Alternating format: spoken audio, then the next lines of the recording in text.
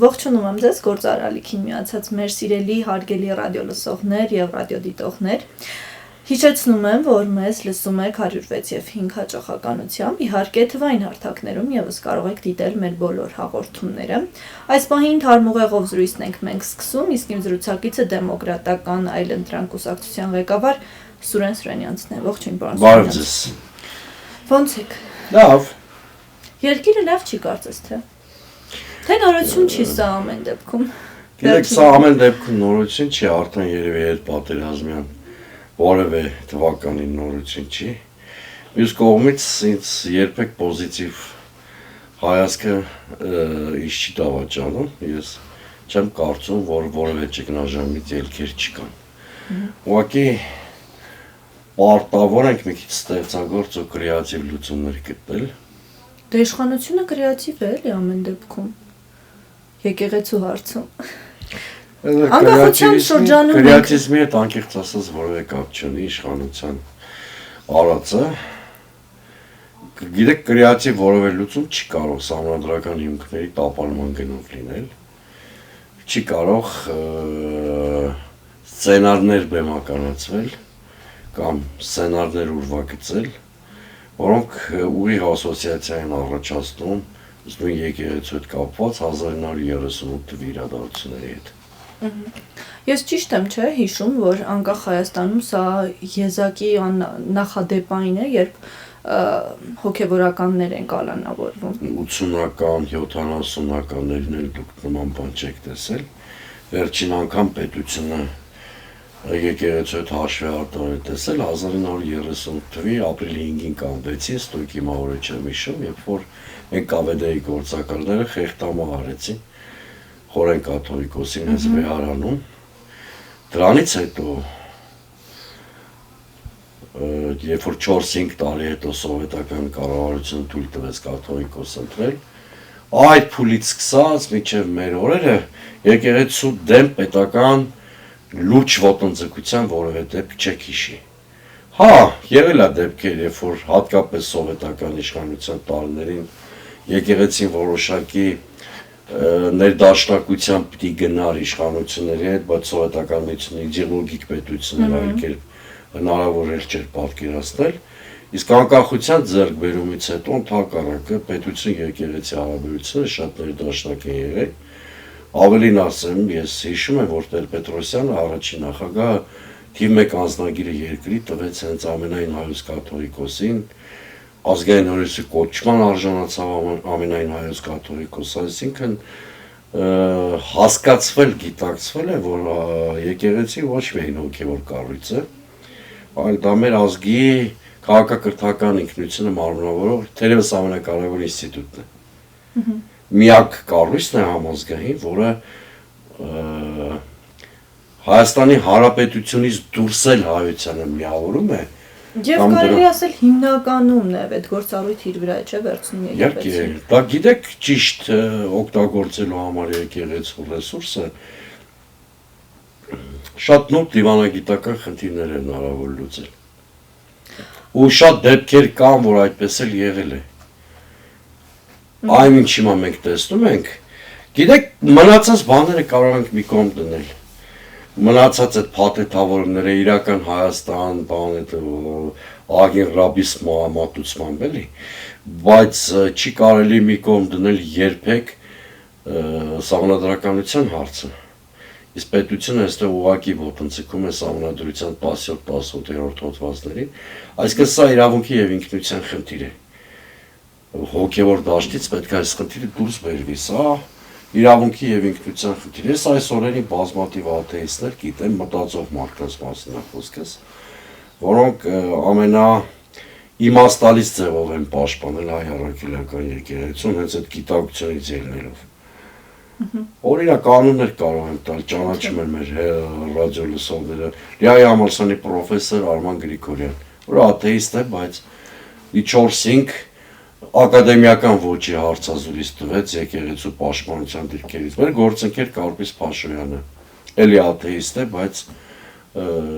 շատ պատմական ակնարկներով շատ adekvat անդրադարձ կատարեց։ Ես նկատել եմ, որ այս օրերին այն մարդիկ, ովքեր փորձում են իրենց խոսքում արդարացնել կամ ոգևորել եկեղեցականին, Բագրատ Գալստանյանին, Աջապահյանին, միանգամից թիրախավորվում են։ Եվ հենց այդ երկու անձի հետ կապված է կարծես հիմնական թիրախավորումը նաև գնում։ Ճիշտ եմ հասկանում։ Դուք ճիշտ եք նկատել, այդ շարքին կարող եք Սամվել Կարապետյանին էլ։ Դե հոգևորականների մասին խոսում։ Տեսեք, հիմա դա այլ բանի հետ է կապված է տոտալիտար կառավարում հաստատելու Փաշինյանի ձգտումների հետ։ Այսինքն նա չի հանդուրժում, որ իրենից տարբերվող որևէ դիրքորոշում կարող է լինել, նա որից չի, որ ինքը այդ կետի վրա է կանգ առել, դերևս իշխանության պահպանման կամ վերարտադրության ավելի կառուցողական այլ մեխանիզմ չունի։ Դերևս։ Այսինքն վարկանիշի գահավիժում կա, հասարակական անտագոնիզմի մակարդակը ներհասարակական բարձր մակարդակի վրա է ասել, եւ նա հասկանում է, որ տոտալիտար կառավարման պիտի անցում կատարի։ Ինչ վերաբերում է սրբազաններին, գիտեք, որ ես երբեք խանդավառված չեմ եղել հոգևորականների քաղաքական գործունեությամբ, շատ հաճախ նաեւ վերապահումներ եմ հայտնել, ըստ քաղաքական խոսույթի եւ այլնի վերաբերյալ, չնայած հոգևորականները իրավունք ունեն քաղաքականությամբ զբաղվելու, որտեղ դա քաղաքացիական իրավունք է եւ Հայաստանի Հանրապետության ոչ մի օրենսդրություն դա նրանց չի արգելում։ Այդ չմիջամտության սկզբունքը տարանջատվածության սկզբունքը պետությանն է վերաբերվում, ոչ թե եկեղեցականները ինքնուրույն Հայաստանի Հանրապետություն քաղաքացիները խոսքի իրավունք ունեն։ Բայց ես երկու սրբազանի կալանավորումն էլ համարում եմ մտածածին, այսինքն հիմքերի առումով։ Տեսեք, հատկապես Միքայել Սրբազանինը կատարյալ անհետեցություն է նրա կալանավորումը, մանավանդ որ ընդհանրապես հրապարակային կոչը հակաիրավական է համարվում կամ կարծիքը, եթե դրա հիմքում կա գործողություններ։ Այստեղ ակնհայտ է, որ նման բան լինել չէր կարող։ Ինչ վերաբերում է Բագրատ Սրբազանի դրվագին, գիտեք, ես ձայնագրությունների բովանդակությունը ինձ էլ դուր չի եկել, այն ինչ որ հրապարակվել է այդ գործի հետ կապված։ Սա անշուշտ, բայց երկրորդը չի ուզենա մի ձայնագրության հիման վրա հեռուն գնացող հետևություններ անել, մանավանդ չգիտեմ, թե պատկան մարմինները ինչպիսի միջամտության է ենթարկել այդ ձայնագրությունը, եւ երրորդը կա անմեղության կանխավարկած։ Հիմա իշխանության խոսույթին, որ հետևում ենք, արդեն իրենք Բագրատ Սրբազանին ահաբեկիչ են հռչակել, Մարգյուլող, ահաբեկիչ։ Հիմա ես երկու սրբազանների խոսույթի հետ իմ անհամաձայնությամբ հանդերձ իմ ուժեղ զորակցությունն եմ հայտնում նրանց, որովհետև մարդկային հարաբերությունները մի շատ ջերմ հարաբերություններ եմ ունեցել երկուսի հետ էլ, լիքը բաներ չընդունելով իրենց ասածներից։ Ես կարծում եմ իրենք քաղաքական կանոնավոր են, բայց նաև խղճի կանոնավոր են, որովհետև դուք ձեր հարցի ենթատեքստը դա էր։ Իրենք անազատության մեջ են, որտեղ եկեղեցու պաշտպանության դիրքերում են եղել։ Պարոն Սուրենյան, առհասարակ անկախ այն փաստից, թե ով է իշխանության, ով իշխանության չէ, ով է փորձում երկիրը վատ դրությունից հանել եւ ինչպես, ռազմական հեղաշրջումը արդյոք ճիշտ տարբերակ է դրա համար։ Ոչ, դες որ ասացի բովանդակության հետ խնդիր ունեն ձայնագրությունների, Նաև դա է նկատի։ Որովհետև մյուս կողմից էլ ամեն դեպքում արդարացումներ են մշտապես հնչում, պետք է պատկերը երկու կողմից նայենք ամ։ Երկու բան կա, որ պիտի մերժել։ Դա տոտալիտար կառավարումն է, ինչին ձգտում է Փաշինյանը, եւ անպատասխանատու ծայրահեղականությունը, որը երբեմն ընդդիմադիր ինչ-որ շրջանակներում նկատում ենք։ Անպատասխանատու ծայրահեղականությամբ երբեք իշխանությանը չես հաղթելու։ Հակառակը, այդ խոսույթը նվեր է իշխանության համար, որովհետև դա վերցնում է այդ խոսույթը եւ դրանով փաթեթավորում ամբողջ ընդդիմությանը, ինչպես հիմա տեսնում եք, հա։ Հիմա այդ ահաբեկիչի պիտակը, եթե նկատել եք, իշխանությունը մի խմբից չի հասցեագրում, մի մարդու չի հասցեագրում։ Հասցեականը դարձնում ամբողջ ընդդիմության համար, դրա համար լավագույն տարբերակը դա չի, լավագույն տարբերակը կոնտր օրակարգ ձևավորելն է իշխանությունը, քաղաքական հասարակությանը կոնսոլիդացնող օրակարգ ձևակերպելն է։ Վստահ եղեք, որ այդ դեպքում իշխանությունը ավելի քեղճանա։ Դե չձևակերպվեց ամեն դեպքում այն գործողությունները, որոնք մենք տեսանք Մայրաթորում, դա արդյոք կոնտր օրակարգ չէ։ Դիմադրություններ, որ արժանի է արգանքի։ Բայց դա նաև հետևանքը նոր օրակարգի ձևավորում չի, կարծում եք։ Չէ, դա քիչ է։ Դա արժանապատիվ դիմադրություններ, ընդ որում ինքնաբուխ դիմադրություններ բավականին, այդպես ակնհայտորեն, արժանապատիվ դիմադրություններ, որը սակայն քաղաքական կապիտալիզացիայի չի ենթարկվել, որովհետև քաղաքականությունը մի բաղադրիչի վրա չի կարող կառուցվել։ Այդտեղ եւ դիմադրության էլեմենտը պետք է լինի, եւ ծրագրի, եւ առաջնորդության։ Այն մյուս երկուսը չկա։ Դիմադրությունը գուցե Մայրաթորում մենք տեսանք նաև Սամվել Կարապետյանի տան մերձակայքում, որ տարերային դիմադրության նշաններ կային, բայց քանի լուծված չի առաջնորդության ու ծրագրի հարցը, դժվար է խոսալ քաղաքական այլընտրանքի մասին որպես ինստիտուցիոնալ երևույթ։ Պարոն Սուրենյանց, այդ օրերին մենք տեսանք, որ Էդմոն Մարուքյանը պատրաստակամություն հայտնեց հրաժարվելու վարչապետի իր թեկնածությունից, որը առաջադրել էին ազգային ժողովի երկու պատգամավոր, առաջարկելով իր տեղը հենց Աջապահյանին, բայց Աջապահյանից մերժում եղավ, ասելով, որ հոգևոր դաշտում իր գործունեությունը ոչ ուղիղ է մեջբերում, լիովին իրեն բավականացնում է եւ բավարարում է։ Արդյոք ներքին հրահանգ է եղել նաեւ այս մասով եկեղեցու կարծիքն է սա, որ ամեն դեպքում եկեղեցականը չպիտի գնար այդ ճանապարհով, թե ամեն դեպքում սա միանձնյա որոշում էր։ Միքայել Սրբազանին ճանաչող որևէ մարդ վստահ կպնդի, որ նրա վրա որևէ ազդեցություն կարող է նույնիսկ հակառակ էֆեկտը տա։ Ես չեմ կարծում, որ սա եղել է հրահանգ կամ ինչ-որ մեկի հորդոր։ Միքայել Սրբազանը կայացրել է շատ իմաստուն որոշում։ Շատ իմաստուն որոշում։ Ի վերջո նրա աչքի առաջ է տեղի ունեցել Բագրատ Սրբազանի քաղաքական դեվալվացիան։ Շատ խորաթափանց մարդ է Միքայել Սրբազանը եւ նաեւ կիրառության մեջ տեսնելով մի հատ օրինակ չէր կարող գայթակղվել նման առաջարկություններով։ Իմ հետ բազմաթիվ զրույցներում էլ, երբ որ քաղաքական առաջնորդության մասին խոսք է գնացել, Բագրատ Սրբազանը կներեք, Միքայել Սրբազանը գրեթե նույն կարծիքն է հայտնել, քնի չի զարմացրել իր այս դիրքորոշումը։ Ասեմ ավելին, ես կարծում եմ, որ քաղաքական լուծումներ են պետք եւ պետք չի թաքնվել եկեղեցու հետևում։ Գիտեք, մենք անկյալություն ենք անում, քաղաքական առաջնորդության հարց չենք կարողանում լուծել, չենք կարողանում լուծել ուրեմն քաղաքական լուծումների խնդիրը եւ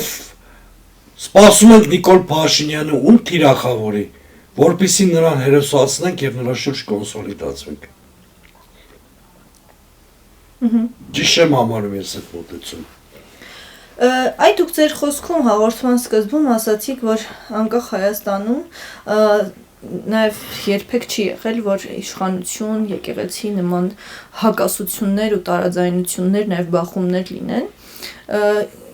Եկեք հասկանանք, էլի ինչն է պատճառը, որ չկար այն ժամանակ, իսկ հիմա կա պատերազմներ, երկրի անկայուն վիճակն է, ինչն է, որ այդ հաշտությունը թույլ է տվել, որ լինի այն ժամանակ, իսկ հիմա դա տեղի չի ունենում։ Գիտեք, այն ժամանակ մենք ունեինք ազգային պետական նախագիծ, որը իր արտացոլումը նաև սահմանադրական կարգավորումների մեջ էր գտել եւ իսկապես այդ երկու հոդվածներում ամփոփված էր պետության վերաբերմունքը եկեղեցու նկատմամբ։ Նիկոլ Փաշինյանի իրական Հայաստանի կոնցեպտը, որ ըստ էության թուրք-ադրբեջանական վասալիտետ ընդունելու մասին տեսություն է, չի կարող հանդուրժել եկեղեցին այն քաղաքակրթական սահմանադրական կարգավիճակով, ինչ ուղղություն է ունեցել միջև Նիկոլ Փաշինյանի իշխանության գալը մինչև պատերազմը մեր պարտվել է։ Սա մեկ, այսինքն սա իդեոլոգիկ մասը։ Երկրորդը ես ասացի, մարդը ձգտում է տոտալիտար կառավարման։ Ասենք նախագահ ունի, որ ավելի շատ վարկաբեկում է նախագահի ինստիտուտը, ՄԻՊ ունի, որը մարդու իրավունքների շատ քիչ աղերս ունի, Իրանք բոլորը ստեյության Նիկոլ Փաշինյանի ենթականներն են։ Որ Նիկոլ Փաշինյանը ձգտում է մի հատ ենթակայել ունենա Էջմիածնում նստած, որը հոգևոր հարցերով կլինի իր տեղակալը կամ օգնական է, որովհետև այս երկու բաները իդեոլոգիկը, արտաքին պատվերը, իր տոտալիտար ձգտումները բոլորը մի տեղ են արտահայտվում։ Այ տեսանք, որ Ռուսաստանի Դաշնությունից նաև ներկա իրավիճակի մասին հայտարարություն արեցին, քննադատաբար հայտարարեցին, այո, մտահոգություն հայտնեցին, նաև Ֆրանսիայից եկավ այդ նմանատիպ հայտարարություն, բայց հակառակ կողմից, որ Նիկոլ Փաշինյանը պիտի ճիշտ ճանապարհով գնա ամեն դեպքում, եւ սա ճիշտ ճանապարհն է ժողովրդավարության համար, այ արտգործնախարարը արձագանքեց Ռուսաստանի Դաշնության արտգործնախարարի հայտարարությանը, ասելով, որ մեր ներքին հարցերին չպիտի ոչ ոք միջամտի, բայց այ Ֆրանսիայի դեպքում մենք նման հայտարարություն ունենք։ Ֆրանսիայի դեպքում ուղղակի միջամտության երևույթ կար կամ շատ մոտեր ուղղակի միջամտության, որտեղ Մակրոնը իրեն դիրքավորեց Հայաստանի ներքաղաքական դաշտում, հա, դիրքավորեց միանշանակ Փաշինյանի ճամբարում, ընդ որում չասեմ, որ նրա հայտարարությունը միջազգային էթիկային է հակասում։ Ինչ իմաստով։ Այն իմաստով, որ չի կարելի մանավանդ բարեկամ երկրի պարագայում ակնհայտորեն սուբյեկտիվ ներքաղաքական կյանքի դիրքավորում ենթադրող դիրքորոշում հայտնել։ Նա ինստիտուցիոնալ ժողովրդավարությունը չի պաշտպանել, պաշտպանել է հատկապես Փաշինյանի քայլերը։ Und որում ենթատեքստով է պաշտպանել։ Հասկացրել է ինչի է պաշտպանում, հասկացրել է, որ դա պաշտպանվում է Նիկոլ Փաշինյանի հնարավոր խիզախ քայլերի համատեքստում, որը կապված է Ադրբեջանի հետ հարաբերությունների բանակցային գործընթացի հետ։ Այսինքն մոտավորապես Մակրոնի ասածը էս էր, քո բոլոր այլանդակությունների վրա աշկ փակենք, միայն թե մի քիչ էլ նշաձողի իջեցրու հայ-ադրբեջանական հարաբերությունների գործընթացում։ Մի անգամ արդեն Մակրոնը նման բան արել է, դարձել է շատ հակահայկական ակտի քավորներից մեկը այդ Պրագայի հայտարարությունը։ Հիմա երկրորդն անում Էմանուել Մակրոնը, եւ սա ուզում եմ ես մեր ֆրանսիացի բարեկամները անշուշտ անպայման լսեն ու իմանան, շատ վատ ծառայություն է մատուցում։ Նա այս հայտարարությամբ վարկաբեկում է ժողովրդավարությունը հայ ժողովրդի աչքերում։ Եվ երկրորդը ստվերում է հայ-ֆրանսիական հարաբերությունները։ Դա միանշանակ կա, որտեղ հասարակության մեծամասնությունը Մակրոնի նման կեցվածքի պատճառով հիասթափվելու է Ֆրանսիայից, միանշանակ ես վստահ եմ։ Դե նայած որ զանգվածի համար է Բայց իրավունք չունի, չէ՞ քայլանի, որ ավելի է։ Հա, իրավունքի մասին չխոսել։ Լավրովի հայտարարությունը շատ ավելի մեղմ էր։ Բայց Միրզոյանը չէր լինի, կամ Փաշինյանը չէր լինի, եթե եվրոպացի մի հատ յուրի դիմաց հակառուսական ստրիպտիզ չպարեր։ Միրզոյանի արածը այդ էր։ Հակառուսական ստրիպտիզ էր, պամ չգիտեմ իհարկե, համապատասխան ժեստ Կալասի կողմից ստացավ, թե չէ։ Տպավորություն է ստեղծվում, որ Ռուսաստանի հետ շփումներում Հայաստանը ավելի ագրեսիվ ու ավելի այսպես հզոր է իրեն զգում, երբ որ հերվից հետ ամենը տեղի ունենում խոսքի ձևով։ Այ օրինակ, երբ Լավրովը այստեղ էր, բավականին մեղմ էին արտահայտվում ասուլիսի ժամանակ, այն հարցերը, որոնք լրագրողների կողմից հնչում էին, բավականին այսպես փորձելով սահմանները չհատել, բայց այ հերվից բացարձակ այլ բանի մասին է խոսում։ Ինչն է պատճառը։ Հերվից իրավիճակն այլ է, թե ամեն դեպքում հենց Ռուսաստանի ներկայացուցիչները գնում են, սկսում են Պրովինցիալ շուստրություն։ Հա, բայց աշխատում է դա բան։ Իհարկե չի աշխատում։ Եթե աշխատեր, օրինակ Ստամբուլի այցից հետո Փաշինյանի այդ տխուր հայտարարություն հռչակագիրը իսլամական համագործակցության կազմակերպության չենք ունել, հա։ Եթե աշխատեր հայ-ռուսական հարաբերությունների շուտ առաջընթաց կլիներ, եթե աշխատեր Հայաստան արևմտյան ինտեգրացիայի ուղղությամբ շուտ նշանակալի քայլ կունենար, Նիկոլ Փաշինյանը ես մի առիթով ասել եմ, կարծեմ նույնիսկ ձեր եթերում, միջազգային լուրջ դերակատարներին նույնացրել է Ախուրյանցի Անոյի հետ, որի ականջին հաճելի բան ասելով փորձում է սիրաշահել նրանց սրտերը։ Ցավոք սրտի այն ինչ որ հաջող ստացվում է Ախուրյանցի Անոյի պարագայում, շատ տխուր վիճակի կարող է հասցնել Հայաստանին միջազգային հարաբերություններում։ Փոքր ռեսուրսներ չունեցող պետությունների ղեկավարները շուստրություն, մեծերին խաբել, այս բաները պետք է առհասարակ բացառեն իրենց քաղաքականության մեջ, հակառակ պարագայում շատ խիստ պատժվելու ենք։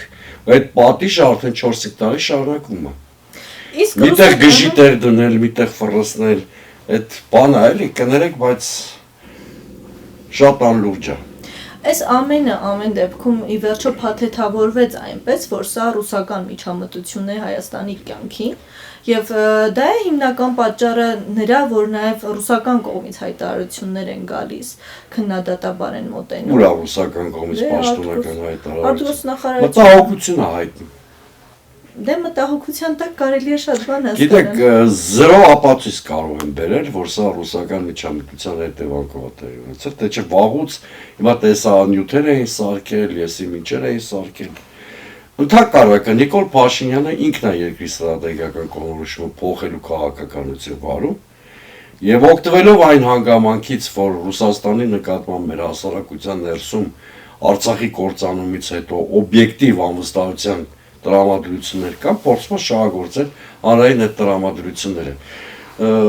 Անկեղծ ես մի բան ասեմ, որ եթե Ռուսաստանը հիբրիդային պատերազմ վարեր Հայաստանի դեմ, ես չգիտեմ այս իշխանությունից ինչ կմնար։ Դիմադրության որևէ ռեսուրս չունեցող համակարգ ենք մենք որպես երկիր։ Իսկ Ադրբեջանի ճնշումներին չենք կարողանում ենթարկվել։ Պատկերացնում եք որևէ աշխարհակաղակական կենտրոն որոշի Հայաստանի դեմ իսկապես հիբրիդային պատերազմ վարել։ Մարդիկ բառը լսել են, չեն հասկանում դա ոնց է դրսևորվում։ Դիատելությունը կմեծանա։ Ինչը։ Ռուսաստանի հանդեպ։ Դա մեծ հարց է։ Գիտեք, հասարակությունը հիմա ավելի պակաս հակառուսա, քան ասենք մի կամ 2 տարի առաջ։ Աշնանաբար բոլորի համար հասկանալի է, որ մեկը անպատասխանատու մի անձնավորություն գտնում է իշխանության ղեկին, որի միակ առաքելությունը կամ հաջողված առաքելությունը սրա նրա գրպանը պատասխանատվություն գցելն է։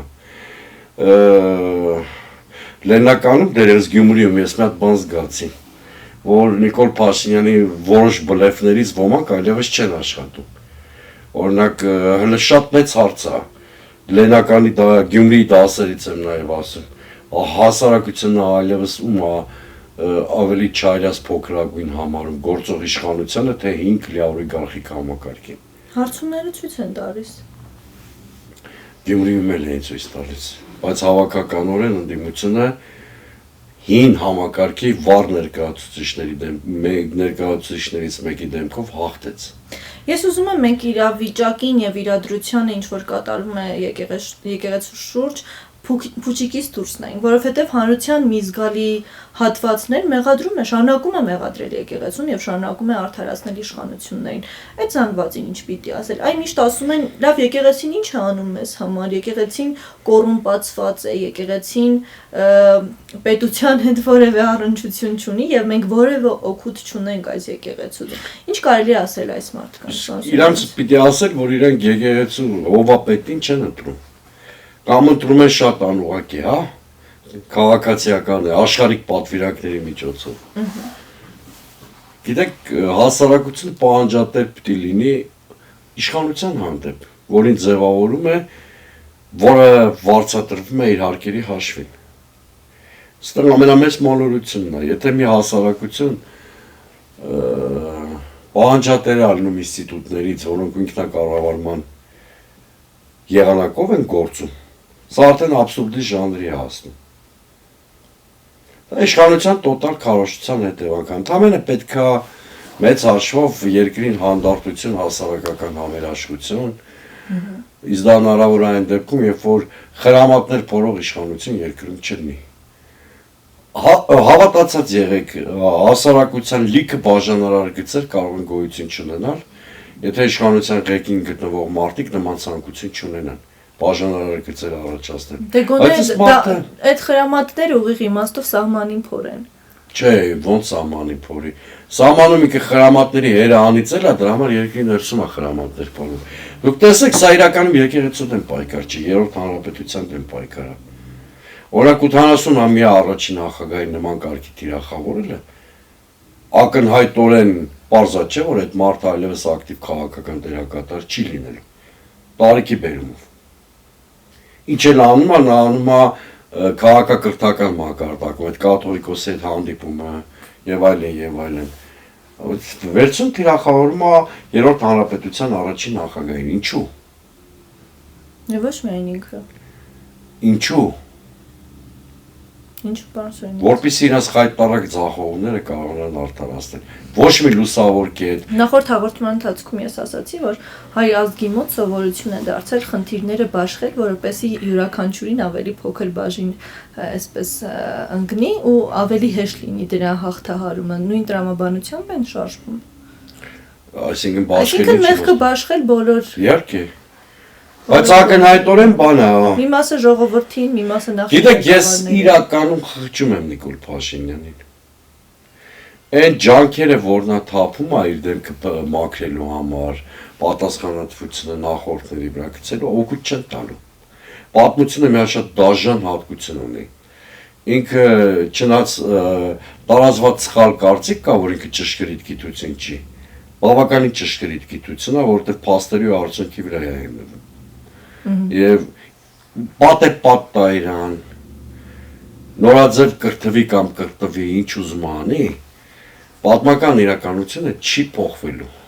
Պատմական իրականությունը շատ դաժան է։ Ես չէի ուզենա, որ ինքը նմանվեր այնուամենայնիվ պետության ղեկավարը Կրիլովի անմաս ստեղծագործության Մոսկվային, որը անդադ փղի վրա հաչում էր, բայց եղանակ չէր փոխում։ Բայց հետևականորեն ինքը Կրիլովի այդ ստեղծագործության հայտնի կերպարին մարմնավորելու կամ այդ կերպարի մեջ իրեն տեղավորելու գիծ է բռնել։ Կարծում եք 26 թվականին Նիկոլ Փաշինյանը կկրկնի Սերժ Սարգսյանի նույն պատմությունը եւ կասի, որ ինքը սխալվեց։ Երկու սցենար կա։ Մեկը նա ինչ-որ ինչը ձեր ենթադրում կամ հարցի մեջ ենթադրվում էր, որ ինքը կանգ կառնի եւ քաղաքակիրթ հեռանա, որտեղ այդ իր միակ քաղաքակիրթ հեռանալու միակ տարբերակն է 2026-ը։ Կարող է եւ չանել դա, հիմա իր քայլերի տրամաբանությունը ճիշտ հակառակն է ցույց տալու, որ ինքը գնում է էսկալացիայի քաղաքացիական բախումների ճանապարհով նույնիսկ, որտեղ այդ ձևով է միայն պատկերացնում իշխանության վերարտադրությունը։ Շնորհակալ եմ ձեզ, պարոն Սուրենյան։ Ես եմ շնորհակալ։ Մեզ լսողներին եւ դիտողներին ուզում եմ հիշեցնել, որ թարմուղեղով իմ զրուցակիցը Սուրեն Սուրենյանցն էր, իսկ երկրորդ խոսափողի մոտ Մոնիկա Մամյանը աշխատեց ձեզ համար, շարունակեք հետևել Գործար ալիքին, լսել թարմուղեղով զրույցները, մենք կհանդիպենք։